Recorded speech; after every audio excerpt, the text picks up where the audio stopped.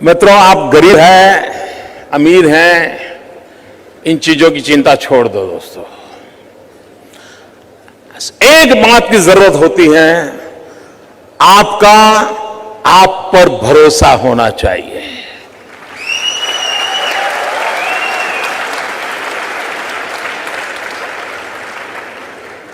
मित्रों, मेरे परिवार में 7 पीढ़ी में राजनीति का रवि मालूम नहीं है।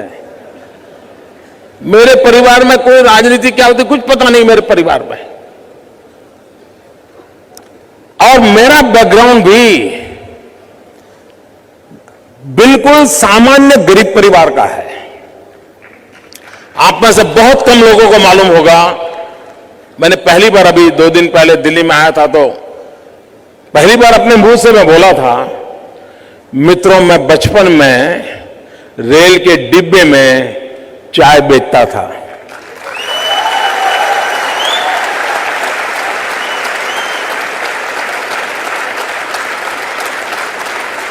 और आज आपके सामने खड़ा हूं।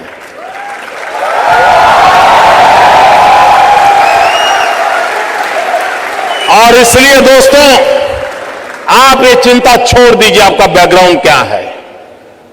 बिल्कुल घबराइए मत दोस्तों। आप किस परिवार में पैदा हुए हो, किस अवस्था में पैदा हो, चिंता छोड़ दीजिए दोस्तों। अगर आपके दिल में समाज के लिए, देश के लिए करने की आग है, निकल पड़िए दोस्तों, रास्ता अपने आप मिल जाएगा।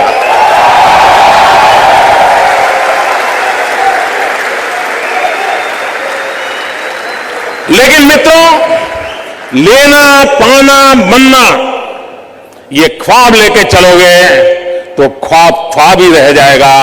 लेकिन देने के मिजाज से निकलोगे तो दुनिया आपके चरण चूमने लग जाएगी। ये मैं आपको विश्वास देता हूं।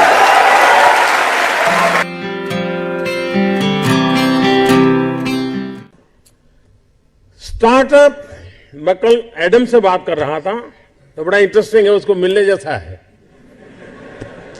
उसको हिंदुस्तान की स्पिरिचुअल दुनिया में बड़ा इंटरेस्ट है। लेकिन उसने मुझे एक बात अच्छी बताई।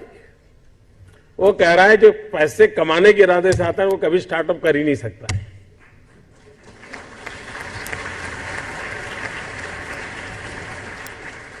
जो कुछ करने के इरादे से आता है, पैसे उसके लिए बाय प्रोडक्ट होते हैं।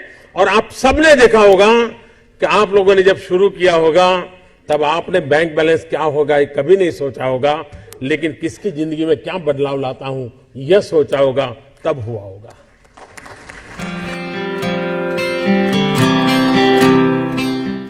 मित्रों, कभी कभी नौजवानों की जिंदगी में कठिनाई आती है। सुबह अगर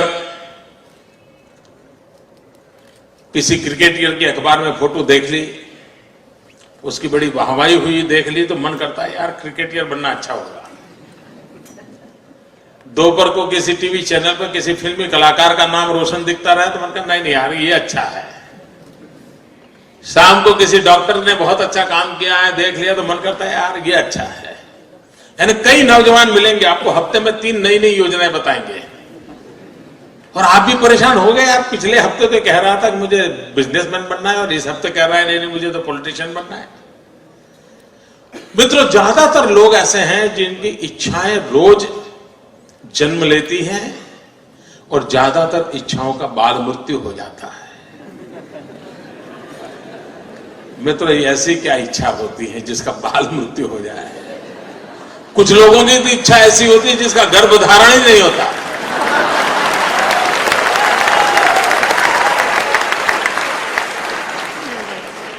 और मित्रों, कुछ लोग होते हैं जिनकी इच्छाएं रोज बदलती रहती है। और जब इच्छाएं रोज बदलती रहती है तो आपके साथी आपको क्या कहते हैं?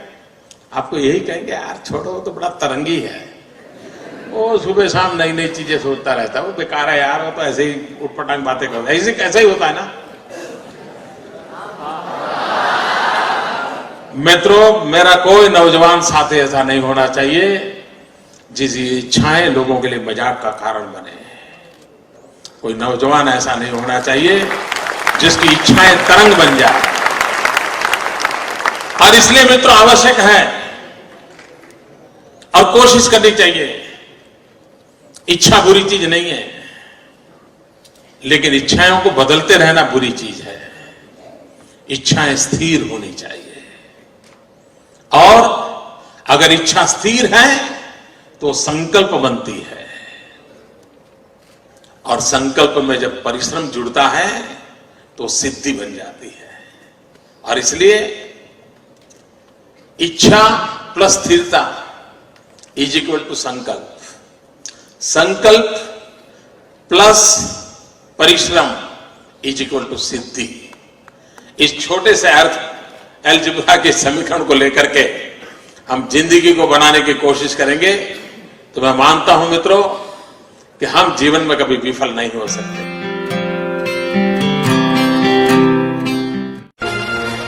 मैं मेरे नगर वड़नगर से कभी कभी ट्रेन के अंदर विसनगर जाया करता था। एक 12-15 साल का किशोर जिसको पोलियो हुआ था, कमर के नीचे का शरीर काम नहीं कर रहा था, वो मुश्किल से ट्रेन के अंदर चढ़ गया।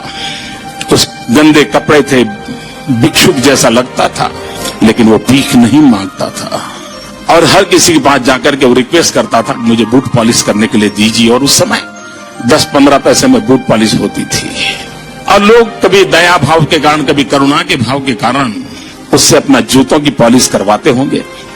लेकिन मैंने देखा, पॉलिश वाले करने वाले बहुत देखे थे, लेकिन इस बच्चे की तरफ मेरा ध्यान गया।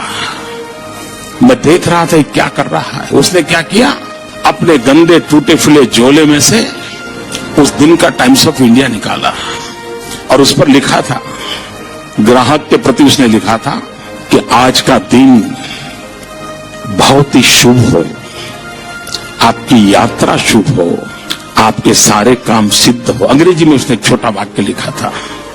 और जैसे ही उसने जूते दिए पॉलिश करने के लिए, तो इसने उनके हाथ में टाइम्स ऑफ इंडिया पकड़ा दिया। उस ग्राहक को भी लगा कि 10 पैसे में पॉलिश हो रही है और 1 रुपए का अखबार पढ़ने को मिल जाता है। इस घटना को मैं देख रहा था तो मैंने उस बालक को पूछा, मैंने कहा भाई तू हो कौन? बोले मैं कर्नाटक का हूं,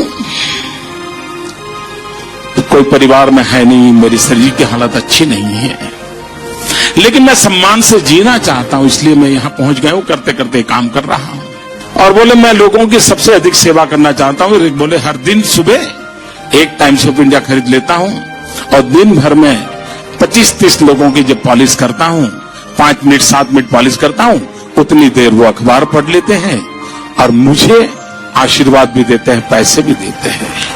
मैंने इस दृश्य को देखा तब मुझे गीता पूरी तरह समझ आ गई। मुझे लगा इसको कहते हैं योग कर्मसु कौशलम। पॉलिश करने वाले काम को उसने योग बना करके जिस प्रकार से उसमें प्रोफेशनलिज्म ला करके काम किया था, और यही तो योग कर्मसु कौशलम है, जो जिंदगी को जोड़ देता है, कार्य में जीवन को जोक देता है। वो यौगिक अवस्था को प्राप्त करके जीवन में एक अद्भुत अनुभूति का एहसास करता है। संगठन का काम करना, ये उनका जो मूलतम कार्य है वो है। कई प्रांतों में पार्टी का काम करते रहे हैं और जिन लोगों के साथ काम करते रहे हैं उनको भी लगता है कि वो टफ टास्क मास्टर हैं, डिसिप्लिनरियन हैं, नए नए आइडियाज उनको सूझते हैं। अगर वो चुनाव लड़वा रहे हैं पार्टी को किसी प्रांत में, तो उसमें भी वो क्रिएटिव हैं। संगठन को और मजबूत कैसे बनाना, पार्टी का नेटवर्क और कैसे, या उसका बेस कैसे और भी ब्रॉड बनाना, वो उसमें अच्छी तरह से उनकी शक्ति का वो उपयोग करते हैं। ऑर्गेनाइजेशन तो बहुत अच्छा करते ही हैं, इसलिए तो यहाँ भी काफी ऑर्गेनाइजेशन ड्यूटीज उनको दी जाती है। So that there is no question that he is very good organiser. राजनीतिक के रूप में मैं ये मान सकता हूँ कि उनकी और हमारी विचारधारा में चाहे जितनी भी भिन्नता हो, पर वो अपनी विचारधारा के प्रति प्रतिबद्ध राजनीतिक है। और उनके बारे में जो आम धारणा है वो ये है कि संगठन के में उनकी बड़ी अच्छी पकड़ है।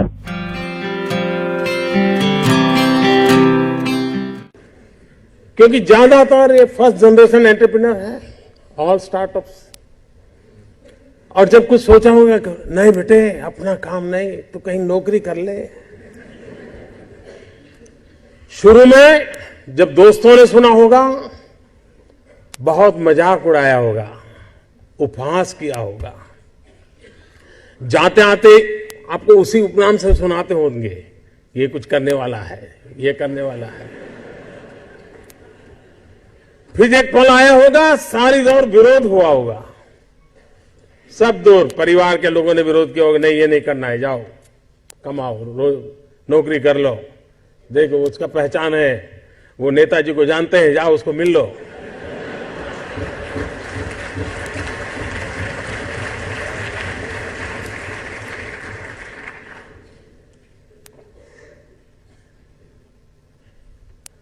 उस विरोध के बावजूद भी जो टिके होंगे, आज सब लोग कहते होंगे कि यार इसने तो कमाल कर दी, कुछ ऐसा मुझे भी करना है। हर किसी के स्टार्टअप की जिंदगी की यही कहानी है। एक भीतर से एक ऊर्जा होती है, भीतर में एक सपने होते हैं, उसके साथ खप जाने का इरादा होता है, तब जाकर के परिस्थितियां पलटती है। और दुनिया में हर किसी ने यही किया होगा।